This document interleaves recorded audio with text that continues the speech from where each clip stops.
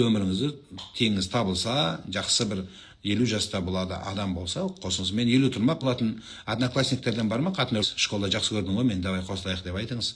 Енді қазір дайынмын деңіз. Баяғыда болмай қалды енді. Давай сезімдерді қайта қосылайық деңіз. Жақсы болады. Мен шақырыңыз, некелеріңізді қиып берем. Бұйырса. Жақсы болады. Қуанып айтамыз. Балаларыңыз тыңдалмайды. Балаларыңыз көнбей етсе, балаларыңыз маған әкеңіз. Көндіріп берем, айтам, басты қатырма деймін. Ішкі тірегің мықты болу үшін не істеу керек? Иманың күшті болу керек. Жүрегің Аллаға байланса, басқа тіректің саған керегі жоқ. Тіректің тірегін ұстап тұрсың.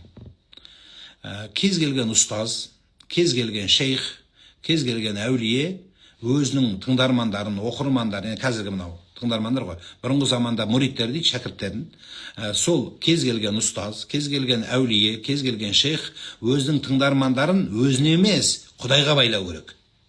Мен күштімін, мен оқығанмын, мен бәленбай кітап оқығанмын, мен сұмдықпын, анау онша емес, анау адасқан, анау кәпір деп оттай бермеу керек. Сол тыңдармандарыңның басын қатырып жындығымай, олардың әлі қабілетін бұзбай, бір-біріне бейтіп шатастырмай, ұлтты сен өзінің күштекесің, Құдайға деген махаббатын байлап, ұлтқа деген мейірімін оятып, тілге деген құрметін жасап, үлкенге деген сыйын ойлатып, кішіге деген қамқорлығын, осы 5 қасиетті оятып беру керек. Сонда сен шейх боласың, сонда әулие боласың. А сен тұрып алып тұрып, мен ақ күштімін, менен басқа жан күшті емес дегенің өзіңді де құртасың, итак құрғасың сен, елді құртасың. Сондықтан саған полициядан келетін себебі сол. Сен олай жасама. Сен өзің тыңдармандарыңды ана жаққа байла. Сол көзде дұрыс болады. Екінші неке қиюға бола ма, егер официально некеде болсаң? Тоқал что? Тоқал как хочешь, что ли?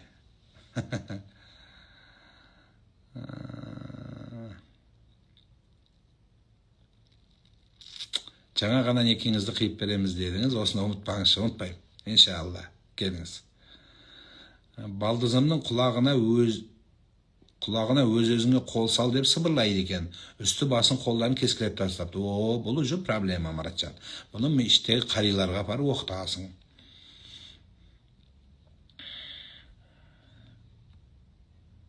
Ұстаз, тоқтаусыз жел шығатын кісі намазда не істейді? Негізінде дәретпен жүргісі келеді, бірақ болмайды. Шығарып жүре береді. Болды. Пробка ұстамайды, шығарып жүре береді, нормально.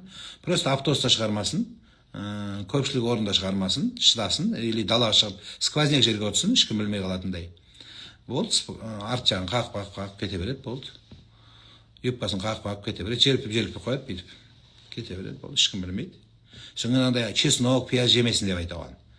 Ана өліп қаламыз тұншығып. Атак сезбей қалады да ешкім иісін. Чеснок, пияз жаман болады. Носки жегенде иіс шығады. Сондықтан олай жасамасын деп айта. Ал енді бірінші дәрігерге көрінсін бұндай адам.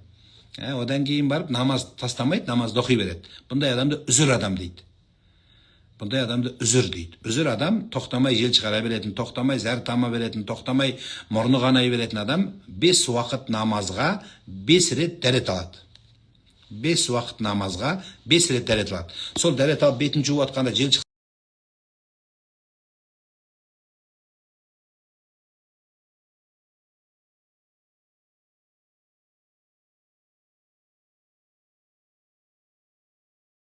дәрет алады. 5 уақыт намазға 5 рет дәрет алады. Мені үйленбесең баршы басымды қатырма дедім. Алды дейді. Алтылық дейді. Мені алды. Мен сән көрсетем де, күшті қатын болам саған де. Мені бақытты болды. Баяғыда, мысалы, тәуекел еттің сен де ырбимадың. Оған рахмет, сен де ырбимадың. Ырбиып жүргендерге. Сол ырбимағанның арқасында қазір біреудің контактында, телефонда қатын деп жазылып тұрсың. Жақсы ғой? Тоқал деп жазылып тұрғанша, қатын деп жазылып тұрған жақсы болады. Ырбимағаның сенікі де жақсы болған. Оныкі де жақсы болды ырбимағаны, сен де ырбимағаның жақсы болды. Қойшы, ят қой, не деп айтам деп ырбимай, дұрыс. Ырбима сен де. Жақсы ұл баланың есімдерін айтыңызшы дейді. Күйеуіңнен сұра. Күйеуіңнің айтқанын істесең жақсы болады. Мен қазір айтсам, сен соны тыңдап алып, мен Нұран имам айтты деп, соңын оның күйеуің жыны келеді. Сен олай істеме. Сен кішкене неге бас? Құлыққа демейін, айлаға бас. Күйеуің айтты, сенікін қояйық, сен таңдаған ма? Ол бір қойшыбек деп біреу таңдайды, қойшы бір ыңғайсыздау ат таңдаса да, жаным сенікі дұрыс де. мәз болады. Сонда еркектің мұрны көтеріліп күшті болады. Сөйтіп 2 рет істесең, содан ары қарай күйеуің сен айтқанын істейді. Өзі 7 рет өлшеу керек еркек адам. Бірақ әйелдің айтқан жерінен кесу керек. Солай болады. Сол үшін кішкене сен сабыр ет. Сенікі ғой де. Мен өзім туғам, я сама знаю, өліп талып тудым деп, бала туған сен ақпасаң да өйтіп айтпа. Сенікі де, сен тудың, сен үшін, сен ойлап жаттым де, бітті сынады сол жерде. Күйеуім нағашыларында өскен, әкесі тастап кеткен, анасы қайтыс болған кішкентай кезінде балаларымыздың руын күйеуімнің нағашыларынан сұрауға ұялады. Не істеу керек дейді.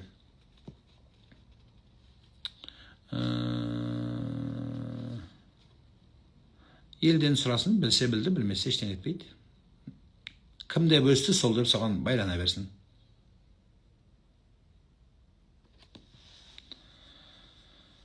Аллаға байлану деген ол қалай? Құдайдың айтқан орындау. Құдайдың айтқан орындау. Сіздің жекеңізге шығып сұрақ қоюға болады ма? Жазып көріңіз. Әке-шешемнің зират басын қай уақытта краскілеп тазалау керек? Көктемде. Немесе күзде.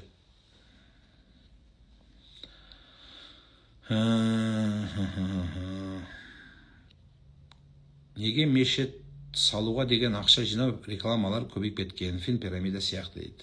Егер анық білсеңіз, көмек беріңіз. Миллион бермеңіз, 5-10 теңгеден кем болып қалмайсыз ғой.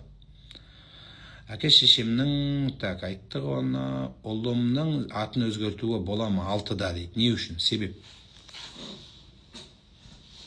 Не үшін өзгертесіз? Мақсат не өзгертудегі? Сіз ұлыңыздың өмірін өзгертсеңізші, 6 жастағы бала уже қылық шығара бастады. 6 жастағы бала қазіргі мына TikTok-тың арқасында уже сіз білмеген біраз нәрсені біледі. 6 жаста баланың атымен әбігер болмай, затымен әбігер болыңыз. Балаңызды домбыраға, спортқа, әртүрлі үйірмелерге үйірғымайсыздар ма? Баланың 6 жаста тілін оятпайсыздар ма? Ағылшын тілі не деген, Қытай тілі не деген, тілдерді неге үйретпейсіз? Неге атымен затырыз? Неге телефонды беріп қойып, ертең бір күн келеді, сорлайтын, ол сорлайды. Ол сорлаған болса, сен сорлайсың. Не керегі бар оның аты өзгертіп? Аты бола берсін. Сенің атаңның аты Қойшыбек болған, сенің атаңның аты Қабанбай болған. Қабанбай бол бүкіл қазақтың басын біріктірген. Ұлт үшін күйіп піскен бала тәрбиелеген. Мені Қабанбай мен хотя аты Ерасыл болса да. Қабанбай деген аты таралды. Оның азан шақырған Ерасыл айтылған жоқ халықтың алдында. Абай деген аты таралды. Ибрахим деген таралған жоқ. Әшейін жазып қоямыз азан шақырған үшін. Бірақ негізгі аты Абай болып таралды. Неге? Сол атына сай болды заты.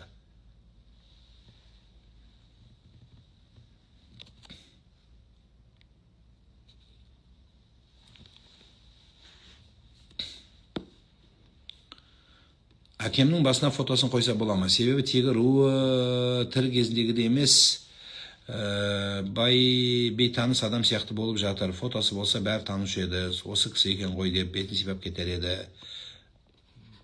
Ішіне кірген кезде бет сыртына сипамай ма не? Бәріміз сипаймыз бетінен. Ойлайсыз ғой, отдельно персональный сипаса двойной көтеріледі, тройной көтеріледі деп. Жоқ, олай емес. Сіздер артындағы балалар бірлікті болыңдаршы, айналайын. Сол өз қаншаусыңдар бір әкеден тараған? 4-еусің ба? Сол 4-еуің бір болыңдаршы. 2 болсаң, 2-еуің бір болмасаңдар, бірлерің ешқашан 2 болмайды. Түсінесіз ба? Сол маңызды. Память неге емес, памятьтің ішінде сурет емес. Сурет тұрмақ тұрып, мазар салғандары бар. Экатаж қып тұрып, пластиковый терезе қойып. Бір-бірімен төбелесіп, дүние бөлісіп, соттасып, атысып, ең соңында ақыр өлгендер өліп бітті. Ал не пайда? Бір Құранға жарымай жатыр. Айдалада біреу бет сипаған аяйма сен әкеңді. Сенен сауап болады, түсінесіздер ма? Сендер жақсы болыңдар, сендер оқыған бала болыңдар, сендер ұлт үшін күйіп ішетін қыз болыңдар, сондай ұрпақ тәрбиелеңдер. Өлгеннің әбігерімен емес, тірінің әбігерінде болыңыздар. Өлген адам жер таңдамайды дегендей, ол бол, оған тек қана дұға бата керек, түсінесіз ба? Соның жолының жүруі керек, сол жолдың жалғасуы керек. Ұрпақтарын төбелесіп, бір-бірімен соттаспау керек, бір-бірімен қабағаншытып кірмей, сенікі жақсы, менікі бай, анау кедей деп шықпау керек. Сендердің әулеттерің келіндерді жемеу керек, жетімдер шықпау керек әулеттеріңнен, тупойлар шықпау керек, сауатсыздар болмау керек. Осы маңызды бізге, аруаққа.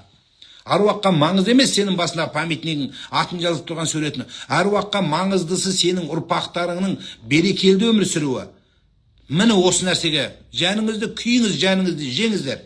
Қой ол ас берілді, ас берілмеді, бәріміз қарызға батып тұрып асқа бересіз. Кімнің қарны тояды? Қарны тоқтардың қарны тояды. Шапан кимейтіндерге шапан бересіздер. Не пайда одан? Сауап болады деп ойлайсың ба содан? Шапан кимейді қазір, молда да кимей жүр. Сонда сол кимеген шапанды не үшін жаратасыздар зираттың басында? Айтшы. Түсінен бір қымбат бір анау Сұлтанханның брендін, Тәрбияның брендін 200 мыңның шапаны берсең, еще амал жоқ киетін еді. Енді ұлы сөздің ұят жоқ, жезөкше шапандарды бересің, анау да кимейтін, мынау да кимейтін. Былай тартсаң, міне қисық, міне қисық. Басы бар, аяғы жоқ, көйлек бересің, соған мәссің, таратқан тряпкаңа, ол тағы бір сандыққа, мусорға тряпкаға кетеді. Қойыңыздар осыны. Болды. Аруақты шын жақсы көрсеңдер, аруақтың шыға алмай жеткен шығына шыңыңыздар. Міне менің әкемнің арманы еді осы.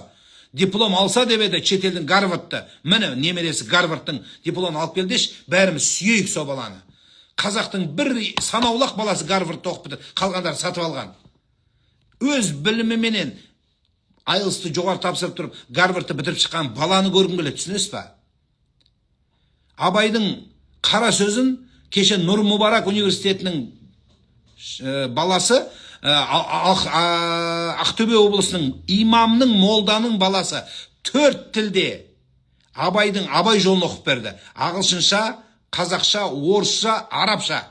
4 тілде идеальный меңгерген имамның, молданың баласы Абайдың жолын қазақша айтып берді. Міне осындай бала көргіміз келеді. Керек жоқ, анандай ас шаптырдық, ат шаптырдық, бәріміз ет шықаймыз, күштеген, ет жақтырдық. Соң 2 сағат деген туалет қызығын көреді. Міне біздің жетіп атқанымыз. Таста оны, болды. Болды ол бұл. Құран оқытпа деген сөз емес, Құраныңды оқи бер жаным. Мақтаса мәз боласың. Сол қазақ 100 жыл бұрынғы қазақ, 30 жыл бұрынғы қазақ, сол қазақ. Таста болды. Мақтаса маған ешкім жеткен жоқ. Мен күшті ас бердім. Молдаға жақсап берсең, мен де мақтаймын сені. Дұрыс. Болды ғой енді, бірақ тойдық қой енді, болды енді. Енді қашан қазақты көреміз біз?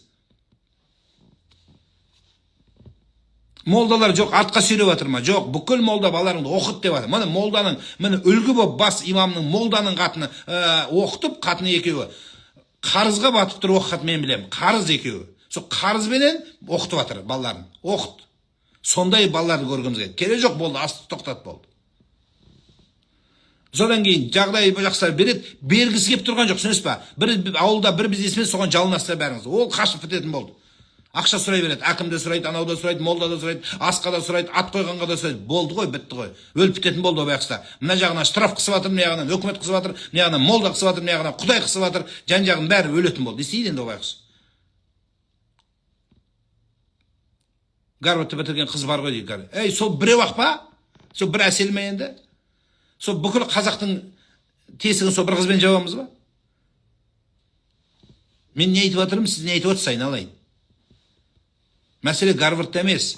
1630 жылы негізі қаланған оқуға неге бір-ақ қыз оқу керек бізде? Сұрамайсыз ба? Неге мен тұқымнан оқымайды? Не мен тупоймын ба деп?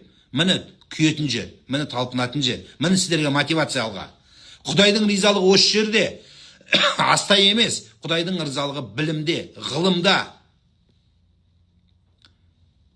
Оқыт балаларыңызды бір-бірін жұқытпай.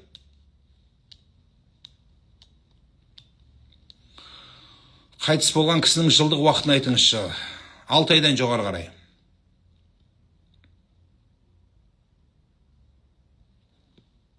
Той болмасын демеймін, той болсын.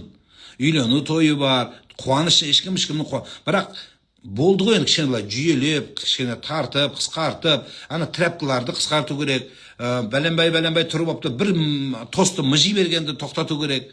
Болды өзі. Әйелімен ұрысып қалдық, шешесі осымен 10 рет алып кетті. 11 рет барды алып келі, сен барды. 10 рет ол алып кетсе, 11 рет сен барды алып кел. Ол да шаршайды, сен де шаршайсың. Басқа қатын жоқ саған. Ол да үйренді, кете бергенге, сен де үйрендің, барып алып келе бергенге. Алып келдің 10 рет, іштен кетпейді, барып тағы алып кел.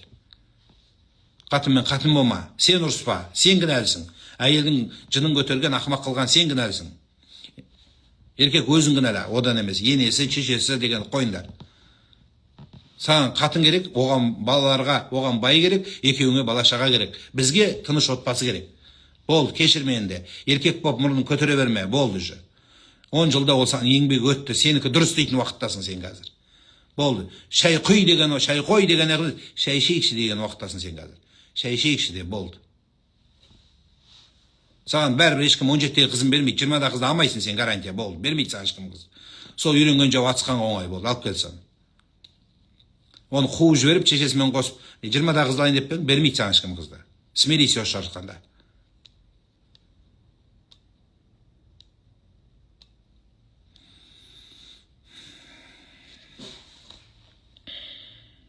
Таңертең дұғаны қай уақытта оқыған дұрыс? Оянған сәттен оқи бер. Оянған сәттен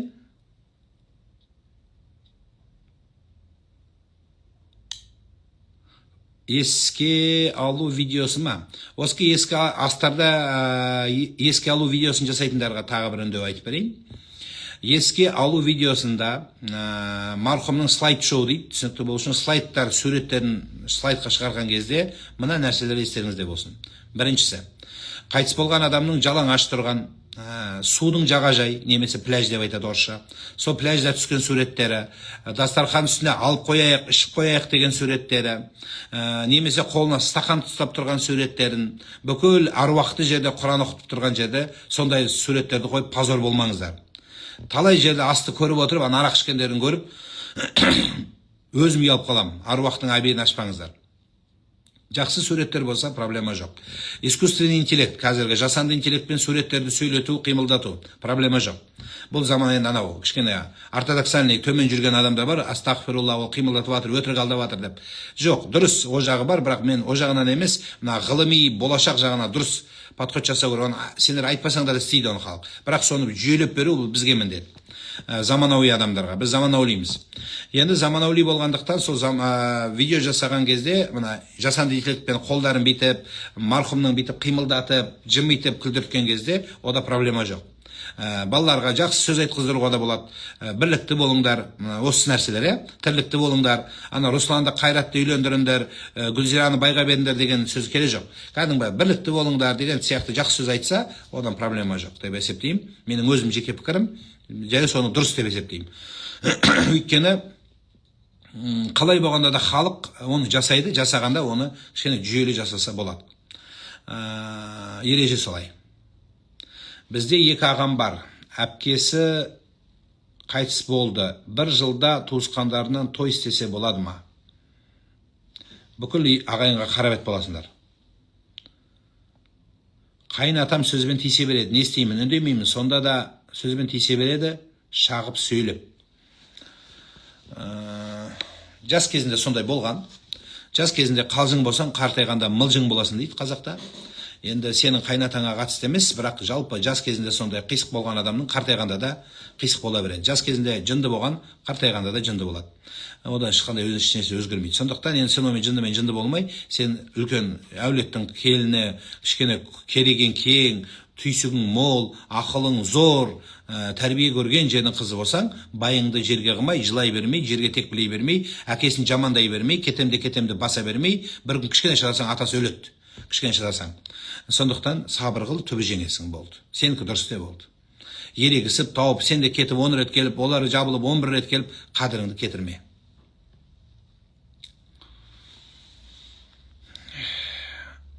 Сегізінші ай аяғым ауыр. Жолдасым 2 миллион қарызбен тастап кетті.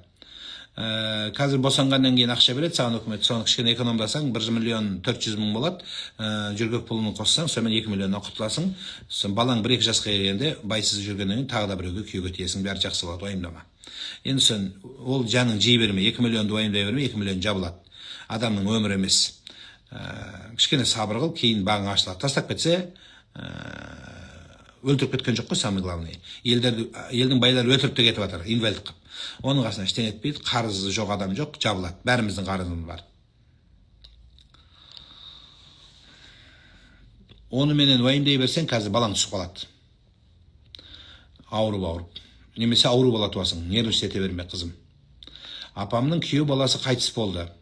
Інім ұлын үйлендіріп жатыр. Апам тойға рұқсат берді, бола ма? Апаң шешпейді ғой.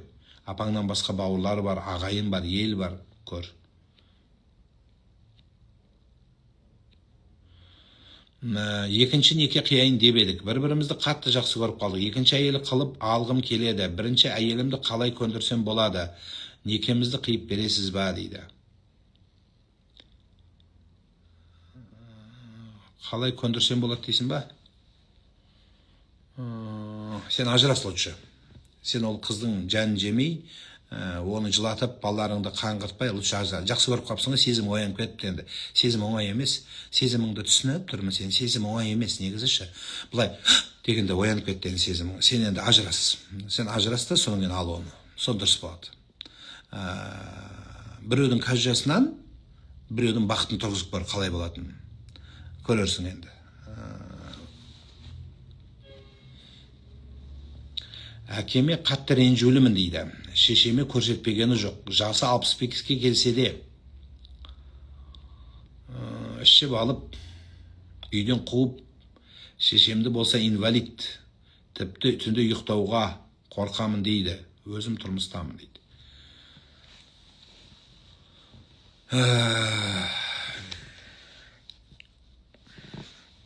Бүгін ояндың ба? Баяғыдан қайда жүрсің? Шешең өліп қалса, не істейсің енді? Басқа шеше жоқ қой саған. Ондай тиран, ондай жауыз әкеден аналарыңды шығару керексіңдер. Бірақ қарап көру керек. Анаң өзі шыдап жүр ғой, не үшін шыдап жүр? Анаң да жынды емес шығар, өзі инвалид. Заң бар, закон бар, тәртіп бар бізде. Бізде заң бар. Аямайды бізде заң. Шалсың ба? Шал болсаң шалға кет деп айта аламыз, Құдайға шүкір. Шалға кет деп айтады. Немесе соттайды. Амалын табады. Біз сондай мемлекетпіз. Заң мен тәртібі бар, сондықтан полицияға видеоға түсіріп салып жібер, полиция келіп атаңды дірдектетіп алып кетеді. 75-те болса да, қаншада болса да. Солай.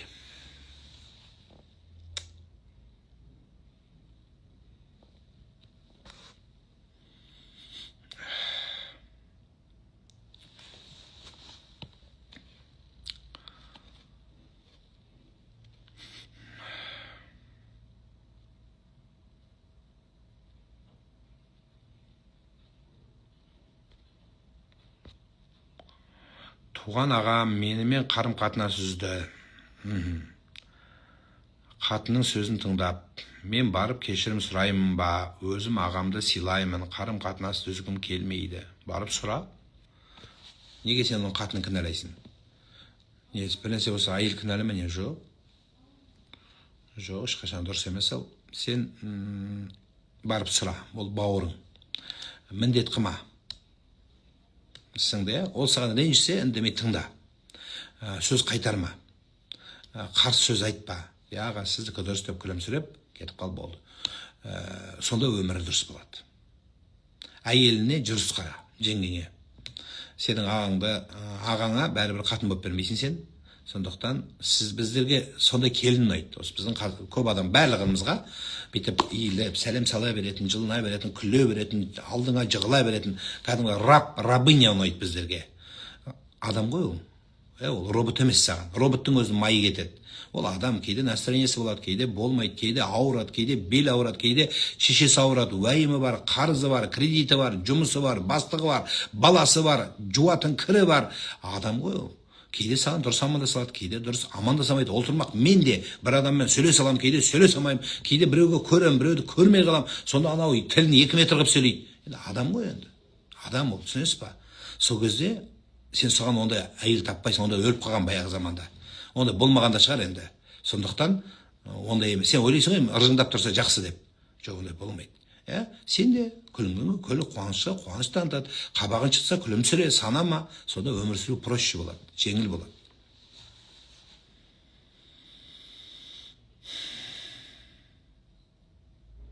Жолдасымен суып кеткен арағасымызды қалай жаңартсақ болады? Екеумізде көп жұмыс істейміз, бір-бірімізге көңіл бөлейін десем де суып кетіппін, отбасын сақтағым келеді. Еркек пен әйелдің ортасын түн жамайды дейді қазақта.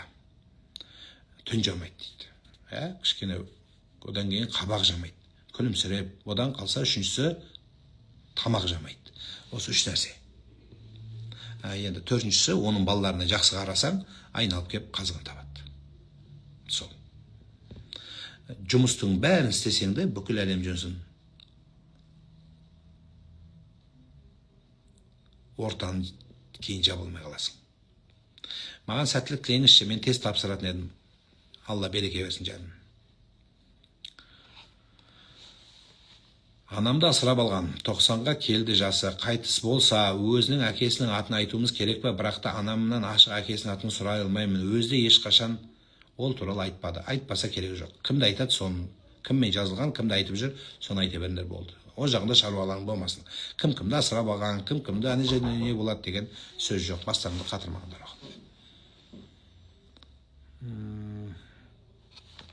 Мәйіт шомылдырған тазикпен ожауды не істеу керек? Қолданасыз, жүрегің ауырып тұрса мешке беріп жібер. Әкемнің нағашысы 5 айлығында тегін руын беріп асыраған. Өлгенде аманаты да сол асыраушының руын жаз деген. Бірақ туған әкесінің тегін руын жаздырды. Енді бәрі басқа. Біз енді қайру боламыз дейді.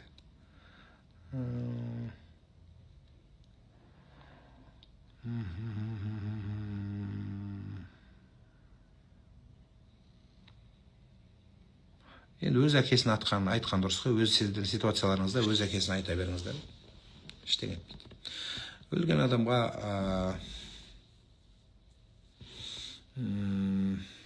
Өлген адамға қазір сіздердің аты заттарыңызға таласып жүрсіздер ғой. Өлген адамға дұға керек, түсінесіздер ме? Өлген адамға аты заты керек жоқ, өлген адамға дұға керек. Сендердің жақсы өмірлерің керек. Бірлікті тірліктің жалғасқаны керек. Сіздер сол нәрсемен әбігер болыңыздар. Қыз бала ата-анасына Құран шығаруға бола ма? Болады. Болады. Күйеуім қайтыс болды. Жұма сайын еш шығарып, өзім Құран оқысам бола ма? Күшті болады. Сіз оқуыңыз керек. Ең жақсы Құран сіздікі. Сізден бұрын балаларынікі. Балаларын үйретіп қойыңыз, баласы бар шығарып.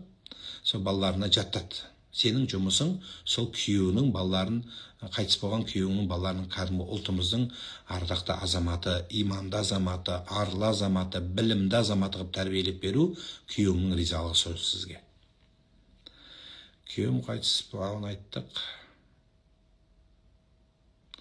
Мен ата-енеме келген, бір апта болып барымша келдік, ниетімізді атқардым. Бүгін Астанаға қайтам. Қазір сізді қосып едім, енем жақтырмай тұрып кетті дейді. Не қыласың оған қосып? Саған енеңе тиетін сөз айтып жатырмын ғой мен. Өзі енелерге тиетін сөз ұнамайды бізде. Әйелдерді жағу үшін еркектерді жамандау керек, еркектерге жағу үшін қатындарды жамандау керек. Сондай енді біздіңкі. Маған ол кісіні жақтырғаны маңызды емес, шындық айтылу керек. Ажырасып кеткен күйеуім қайтыс болып еді, түсіне шықпайды. Дұға қылыңыз. Бақытты болсын күйеуіңіз. Сіздің сағынышыңыз деп біліңіз. Бейіт басына әйел адам бармау керек пе? Бұрын әйел бара беретін дейді. Бара береді, бірақ кішкене жүрегіңіз ауырмасын деген.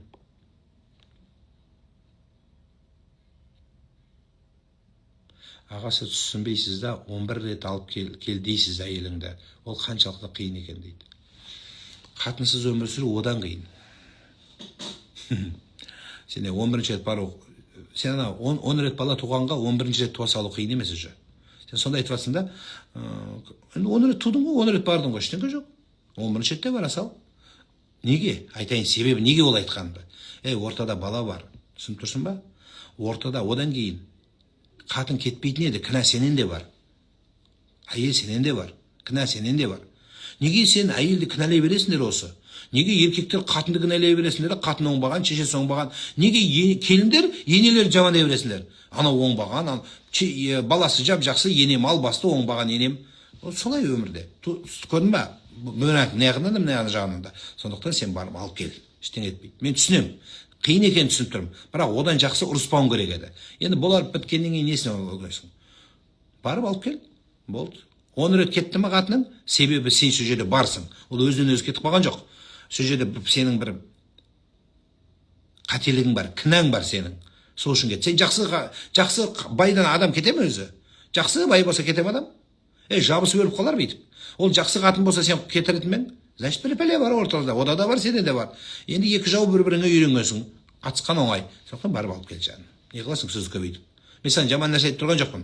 Білем, жаның ауыр тиіп тұр, бірақ алып кел сол әйелді. 10 рет кеткен қатынды 11-ші рет алып кел.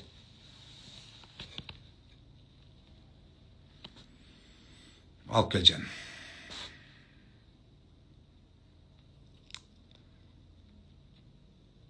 Қыз башқұрт. Үйленсе бола ма? Жақсы көреміз бір-бірімізді. Мені не сұрайсың? Мен не қатысым бар башқұрттарға? Біріншіден.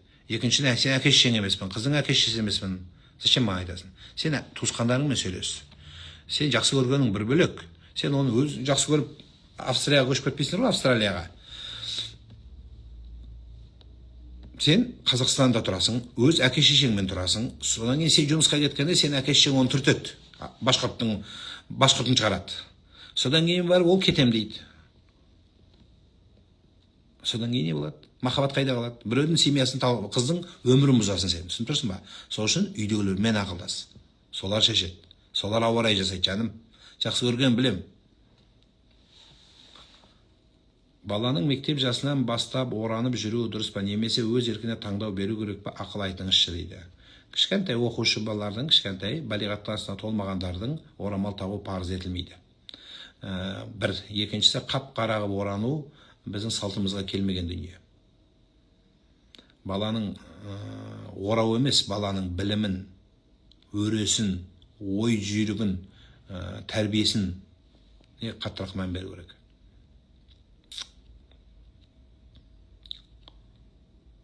Сізді үнемі тыңдаймын. Қинағанда көңіл күйім көтеріңкі болса да, жаным тынышталады. Көп нәрсе үйрендім, мотивация аламын. Рахмет сізге, Алла разы болсын. Рахмет сізге де рахмет. Морально шаршадым ағау дейді. Не болды мораль? Моральді шаршаған адам Инстаграмда отырмайды. Сен шаршамағасың. Шаршасаң отырмайтын ең.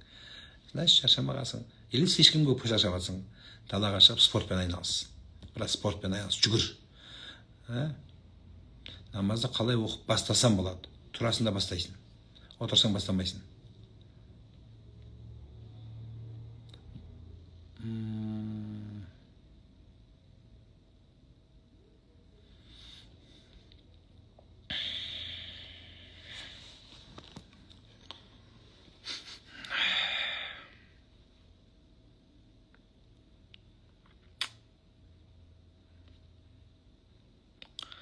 Баланың тілі шығу үшін нағашысы қой сойып шекпен қылқындыру деген қаншалықты дұрыс?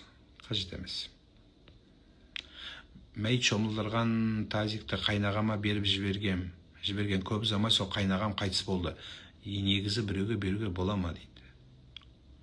Енді ол тазикті алып соседке беріп, сосед көшенің бәрін өлтірсеңдерші, сол бір тазикпен бәрін. Или тазикпен басынан ұрып өлтір, немесе өзі тазикті беріп өлтір. Тазиктің қатысы жоқ, адам тазикпен өлмейді. Біріншіден, екіншіден, көңіліне алатын болса берме адамдарға. Сен де қатырасың қайнағаңа беріп.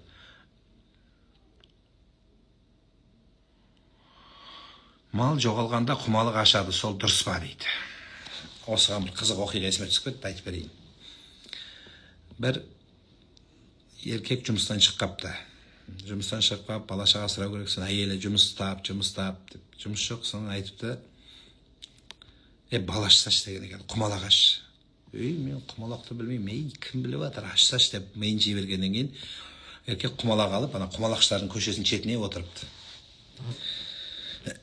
Содан кейін сіз сияқты біреу келіпті, малын жоғалтқан. Малын жоғалтып алыпты да, анаған келіпті. Малым жоғалды, сиырым, тауып берші деп. Құмалаған шаш жіберіпті да, ашпаған адам. Деп қарап тұрып. Вот так направо пойдешь, потом туда повернешь, потом туда зайдешь, потом вот так посмотришь, сиырды табасың депті. Түсіндің ба? Ақшасын беріпті да, барса, действительно, вот так повернешь, вот так пойдешь, вот так посмотришь, қараса, сиыры тұр екен.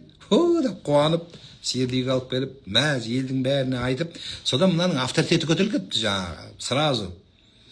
Бүкіл елдің бәрі келіп алдына келе береді, бұл да ойына келгенді айта береді. Біреу келеді, біреуге мен жатты бұтты, бір күні патшаның алтыны жоғалады. Енді білезігі деп айтылады, алтын білезігі жоғалып қалады, соны таптырыңдар дейді. Содан кейін палшыларды алып береді, соны палшыларға бәрін ұстап алып, бәрін бірақ алып береді патшаның алдына. патша жаңағы палшылардың бәрі айтты, біз алаяқпыз, біз үшін өтіріктен күніміз ең крутой бар депті. Мынау осы айтқаны точно келеді депті ғой. Содан ой, ұсталғаным осы деп айтып жаны қиналыпты. Енді бұл тарих ұзын, мен қысқартып айтып отырмын. Содан патшаның айтқанын айтып, қысқасы патшаныкін айтады, патшаныкін айден келеді, точно келеді. Содан патша риза болып, білезігін тауып, содан енді бұл кісінің құрметіне тамақ беріпті. Содан тамақ бергенде патшаның қасында отыр ғой, енді бүйтті да бір шегіртке секірген кезде шап беріп табағын ғой шегірткені. Содан қасында палшыға қарап, мынау не депті, мынау не бар айтшы депті. Сонда жаңағы енді сиырды айттым, құтылдым, білезікті айтып өйтпейіп шештім дегенде жаңа айтты, бір секірдім, құтылдым, екі секірдім, құтылдым, үшіншісінде тұтылдым депті. Сөйтсе патша, дұрыс айтты, шегіртке депті. Сол сияқты айналайын сандыраға келеді оған, палшыға, қомалақшыға сене бермеңіздер деп айтқым келіп тұр. Алла разы болсын, осындай жақсы нотада аман болыңыздар, сау болыңыздар, Құдайым береке берсін, жақсылықта болыңыздар.